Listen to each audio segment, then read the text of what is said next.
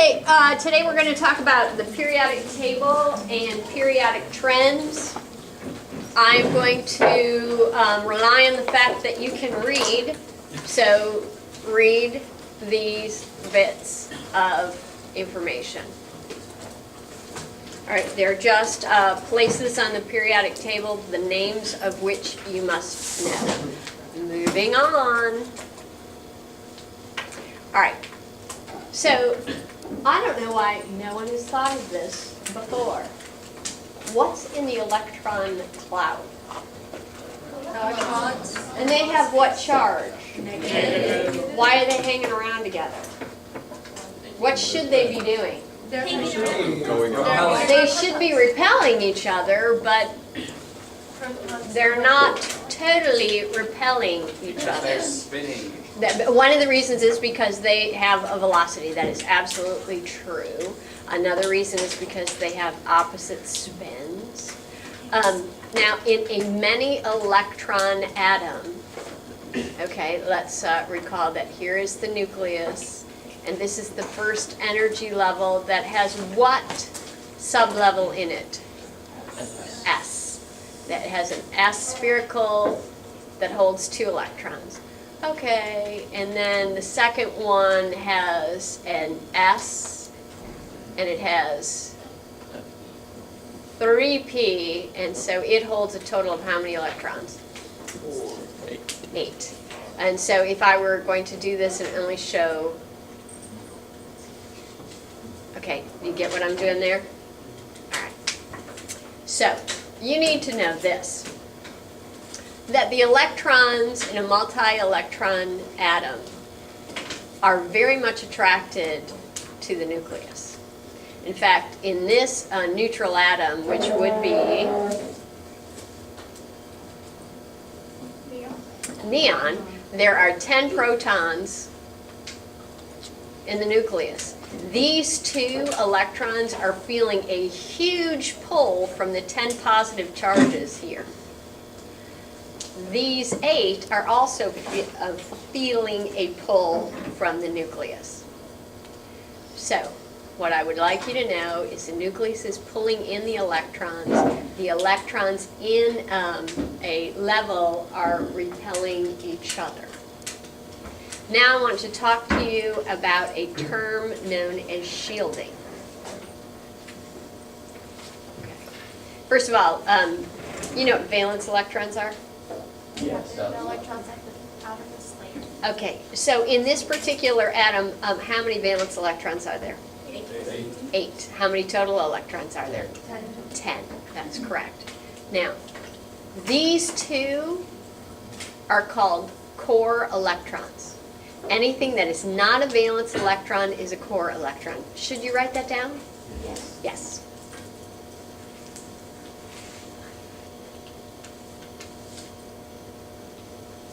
Anything that is not a valence electron is a core electron.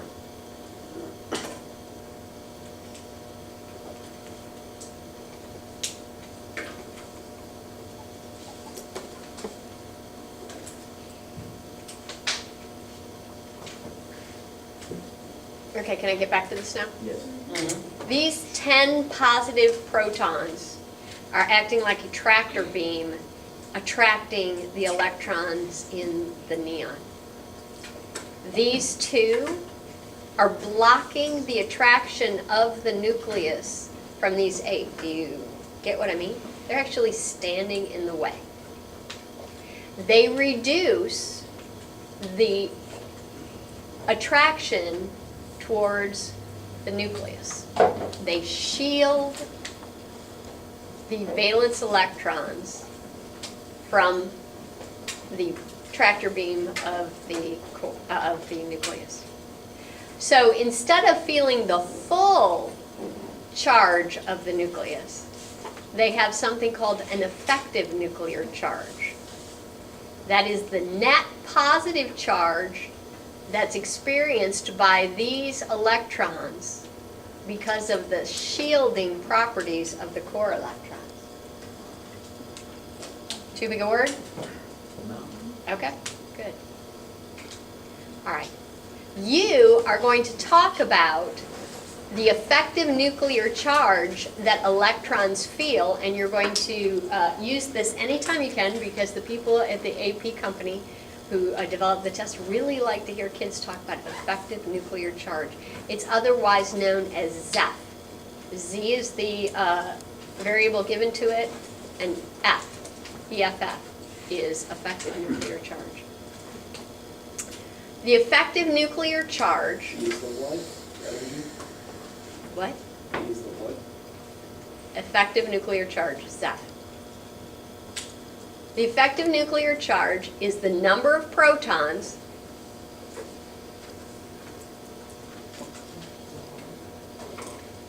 minus the core electrons.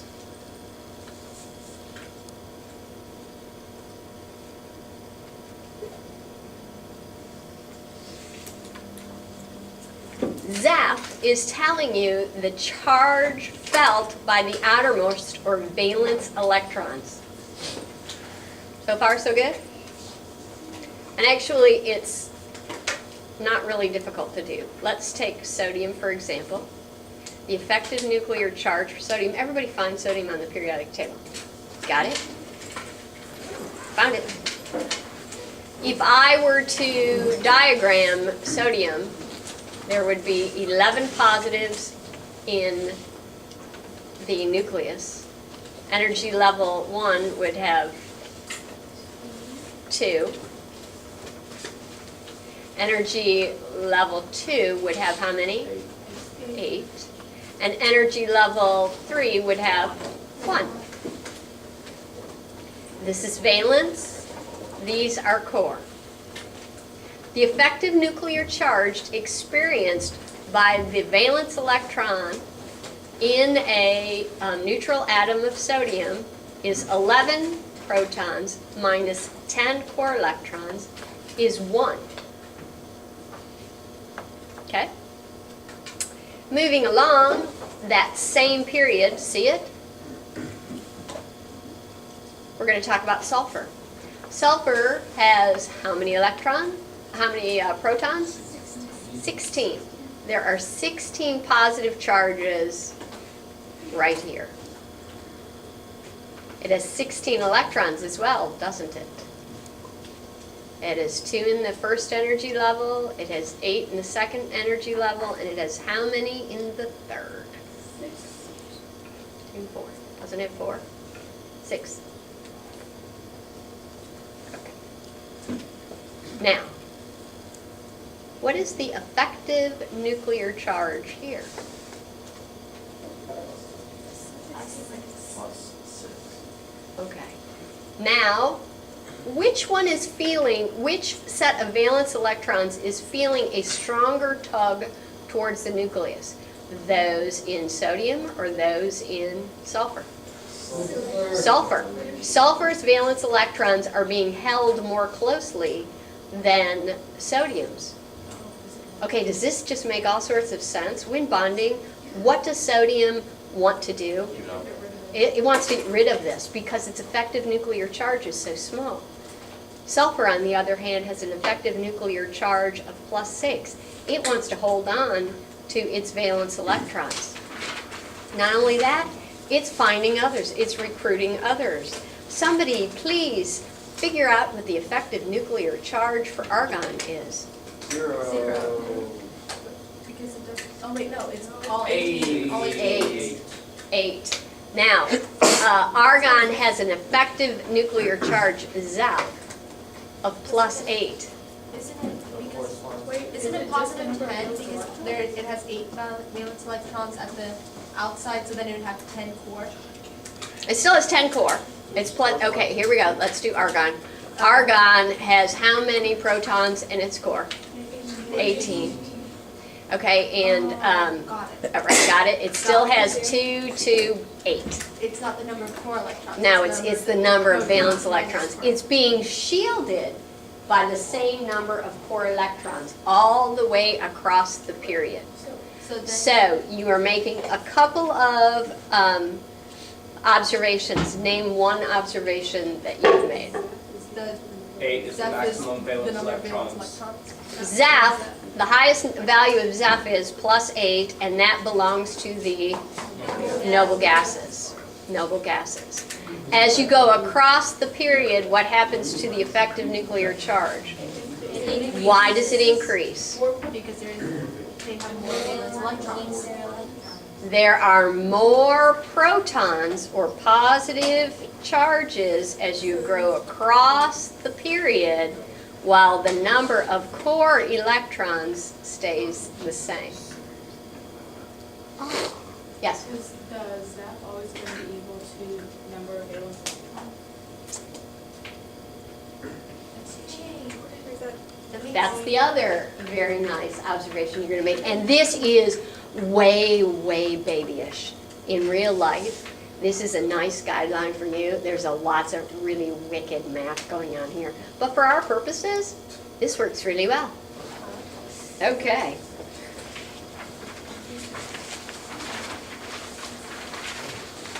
All right. I want to talk about this really, really quickly. Electron configurations.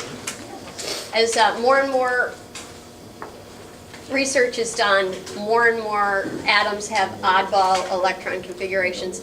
Two of the most famous are copper and chromium.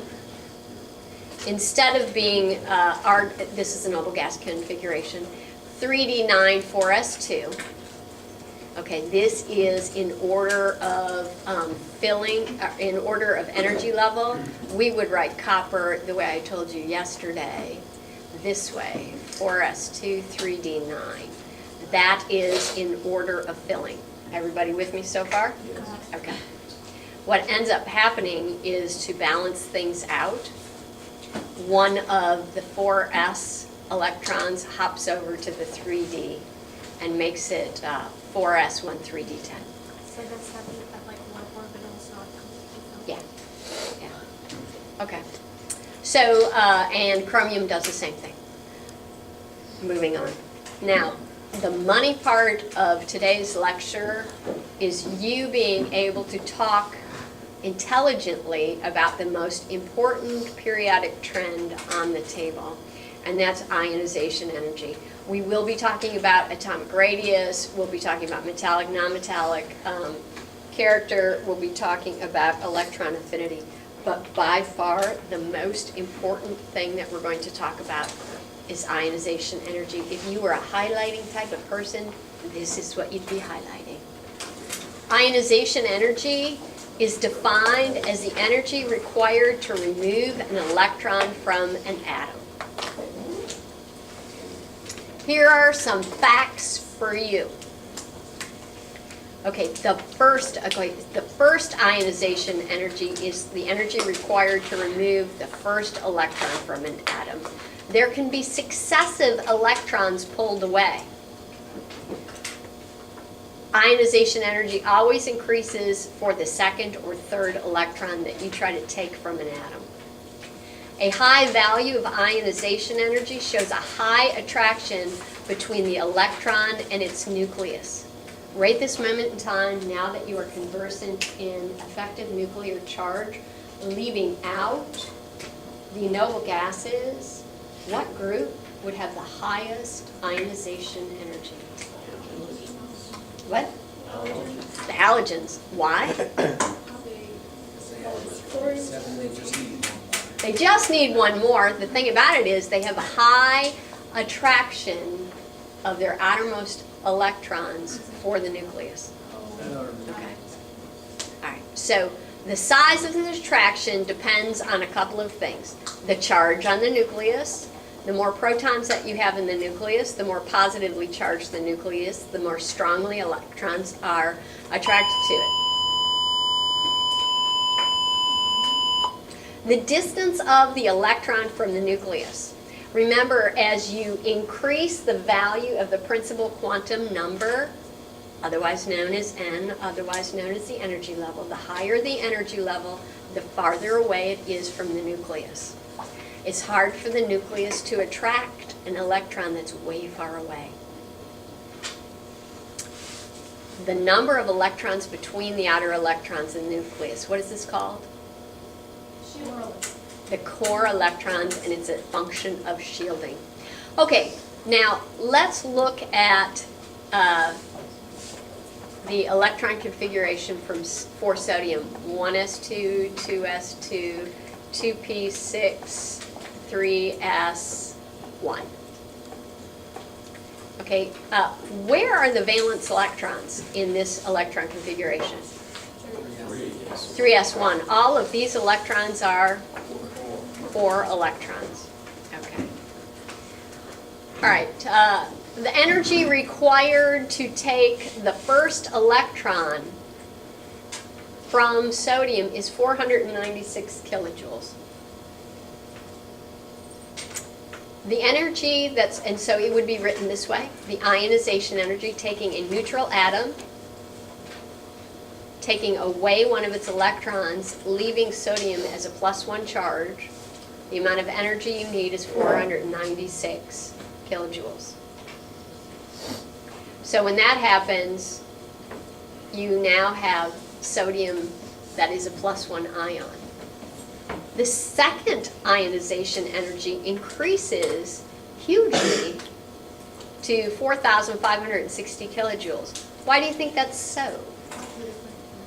It went into the core electrons. This has the electron configuration of what? Neon, which has a very high effective nuclear charge, correct?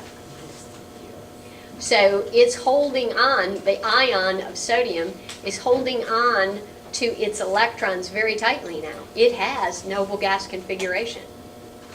So it takes a lot of energy to pull it away. Likewise, if we were to find magnesium, 1s2, 2s2, 2p6, 3s2, the first ionization is a modest 738 kilojoules. When we're done pulling off the first electron, this is what we have. The second ionization energy goes up a bit, it doubles to 1,450. And when we're done pulling that one off, we have this. And then we have this tremendous leap one more time. Why? Because now you're into the core electrons. Now magnesium, a +2 ion, also has the same configuration as neon. So far, so good? Yep, this is good. Everybody's happy until we get read about Kiersky. Oh, goodness. What is this noise? This is ionization energy in kilojoules per mole. This is atomic number. I don't like this one bit. Let's go to period 2, starting here. So lithium. Lithium's electron configuration is 1s2, 2s1. Pulling that off, not that big a deal. Beryllium, 1s2, 2s2. Okay, it requires more energy to pull it off than it does for lithium. Boron, 1s2, 2s2, 2p. Why does the ionization energy go down?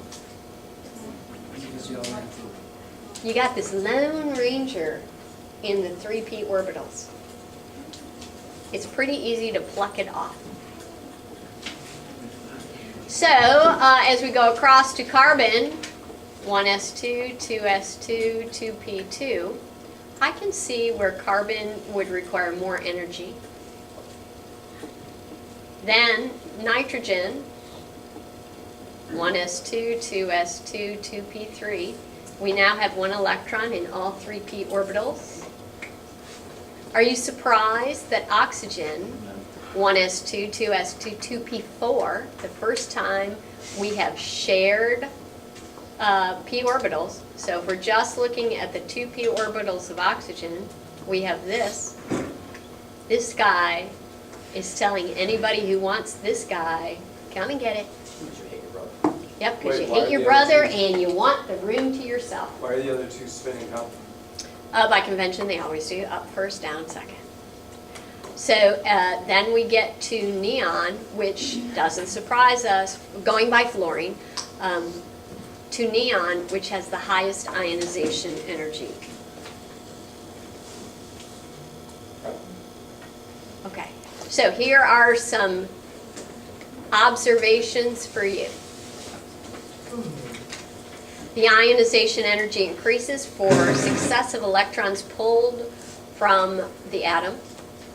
Ionization energy tends to increase across a period. If it doesn't, you need to tell me why it's so. So you need to be able to speak intelligently about these. Ionization energy decreases with increasing atomic number within a group. Remember, a group is vertically. Why would that be so? It's farther away. Every time you go down a column, you add an energy level. So sodium has a 3s, while potassium has a 4s. The 4s is further away from the nucleus than the 3s is. Okay, electron affinity is like the red-headed stepchild to ionization energy. The only thing that I want you to know, it's the opposite of ionization energy in that it's the energy change associated with the addition of an electron. It's the attraction an atom has for an electron. If you want to go into it a little deeper, go ahead. The only thing I need you to know is it follows the same trend as ionization energy. The electron affinity increases across a period. It decreases as you go down a period. Now, atomic radius, what do you think atomic radius means? The radius of a atom. Okay, half the distance between the radii in a covalently bonded atom. Here, fill in that.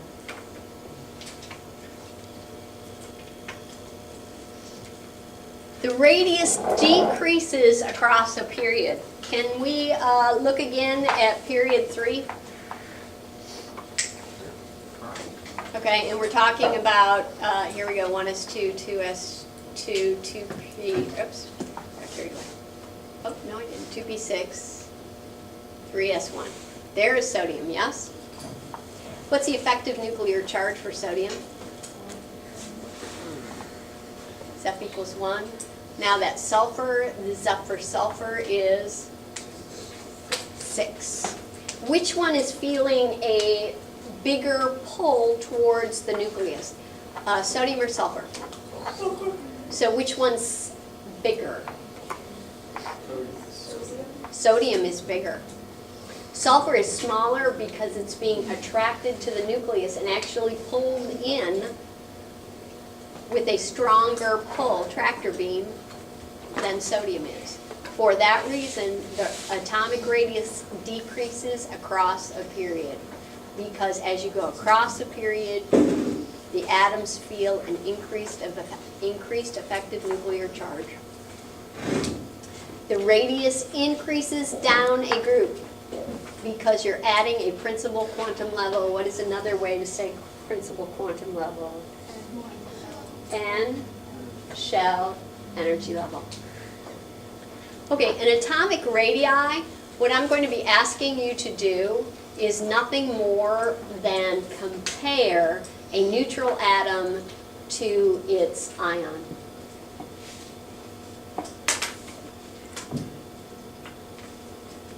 Okay, this got weird. It's the radii when an ion is formed. Okay, a cation Is positive. is positive. Why is it positive? Because it's related to cats. Fewer electrons. Because it has fewer electrons. Fewer electrons. You can think of this in baby terms, that you lost something, so it got smaller compared to its neutral atom. Got it? So let's say the sodium atom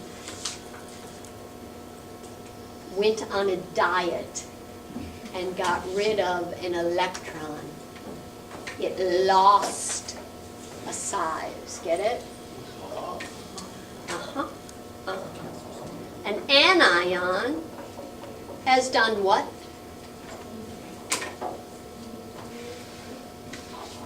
It's gained electrons, so it gained a size.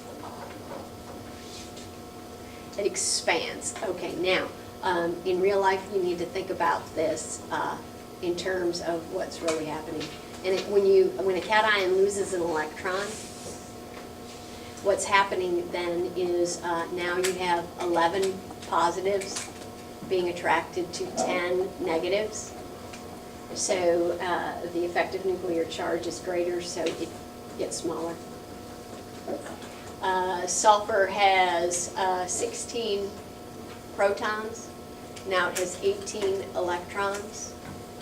The nucleus has a hard time attracting all of these electrons, so it gets bigger.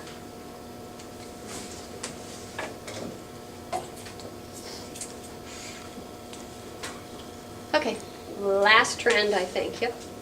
Electronegativity. This is last name. When the bell rings. Well, obviously, Okay, then don't interrupt me. Electronegativity, the ability of an atom in a molecule, this is a big deal, in a molecule to attract electrons to itself. This was, do you remember fluorine is a floozy? Yes. Yes, okay. This is the fluorine is a floozy.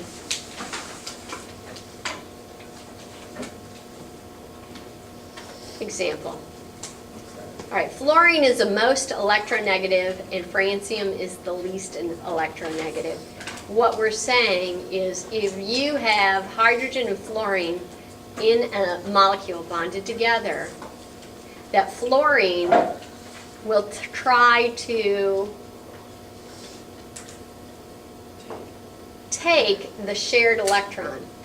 Where it's supposed to be shared between them evenly, fluorine is going to try to take and will indeed attract the shared electron closer to it. So it will have a small net negative charge on this side and a small positive charge on this.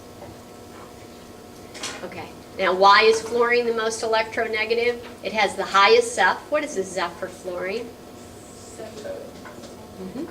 And it has the smallest size. So the nucleus is closer to the valence electrons in fluorine than any of the others. Why is francium the least? Francium has a Zeph of 1. It has how many energy levels? A lot. 7. And poor nucleus, although it does have a lot of positive charge, it would be as if here is the nucleus, and the 7th energy level that has its 1 valence electron is out on the football field.